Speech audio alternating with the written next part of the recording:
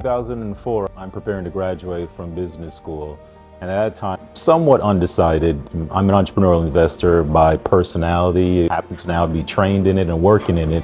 So I knew I wanted to do something in that space. But when you look at that space, there are a bunch of specialties. There are real estate developers, there are private equity investors, there are venture capitalists investing in tech, and then investment banking is the training ground. So I was still deciding what to do at that point in time, while strongly considering Miami because I grew up here, loved the city, had an amazing grandmother who was still alive at a time that I'd lived close to my entire life, and so thought the world would be a better place if I could get paid well, do good work, and be close to my grandmother, and that required me to be in Miami. She's not a fan of snow. Ultimately, Don was trying to, at that time, the Peebles Corporation is a entrepreneurial business, but with a national footprint.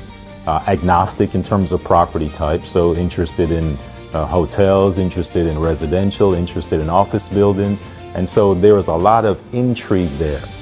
The other piece that resonated with me in deciding, do I do investment banking, do I do corporate real estate, or do I do the Peebles Corporation? It dawned on me from my internship that there was something particular about a black person being in Don's position that probably would mirror the experiences I would have if I were there.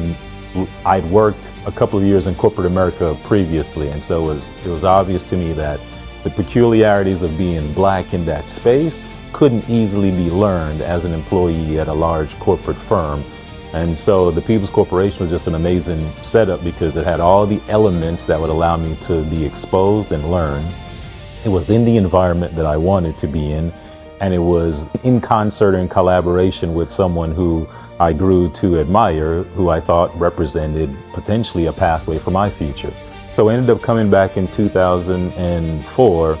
Ironically, at the time, I was expecting to come back as, in those days, analyst/associate, which essentially means that you're junior, you do number crunching, and you hand the numbers off to someone else for them to make the decision.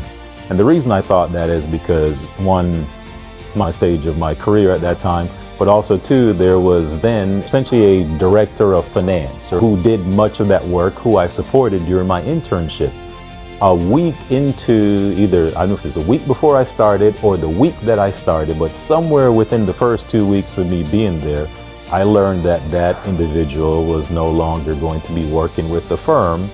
And from then on, effectively, I was the main finance person, then dealing directly with Don, which suggested that not only was I doing the analysis, but now I was also directly interacting with the decision making. And so, challenge, but spectacular opportunity for me.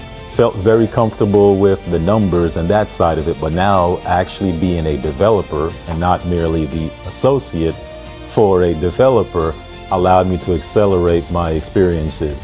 Don and I share a birthday week, share similar circumstances in terms of childhood. Didn't know that at the time. So our personalities overlay fairly well. Our style of communicating overlay fairly well. So it turned out to be just a fortuitously perfect situation for me to develop and to grow. Also with Don, his approach to leadership is empowerment. So his perspective is, not micromanaging. If you can do it, or you think you can do it, let's try it. There are consequences to failure, and we all have to understand them and incur them, and as a company and as individuals. But if you think you can succeed, and if you've demonstrated the aptitude, he lets you sail. And so I went from doing the financial models. We built new financial models for the organization. I started negotiating the deals, flying to the different cities that we would go to sit down and negotiate with folks. I started to get involved in negotiating the capital structures with banks and potential investors. At one point, we explored very early on raising a fund, and I had the opportunity with Don's support and mentorship to lead that and help him learn some of the things that I was exposed to from my business school world. And so it was a great experience for me, in part because of the culture that Don created, which was a culture of, one, trust and empowerment, but also two, a tight-knit kind of setup, a high-performance culture where each individual was exposed to multiple different things, and we were coordinated together and being led by his influence, which was, one that just inspired boldness. The term I use is sort of the expectation of excellence in pursuit of exceptional, right? So you expect to be good, but you're not being good at mundane and trite things. You're expecting to be good while pursuing exceptional things. And that mindset has continued for me, right?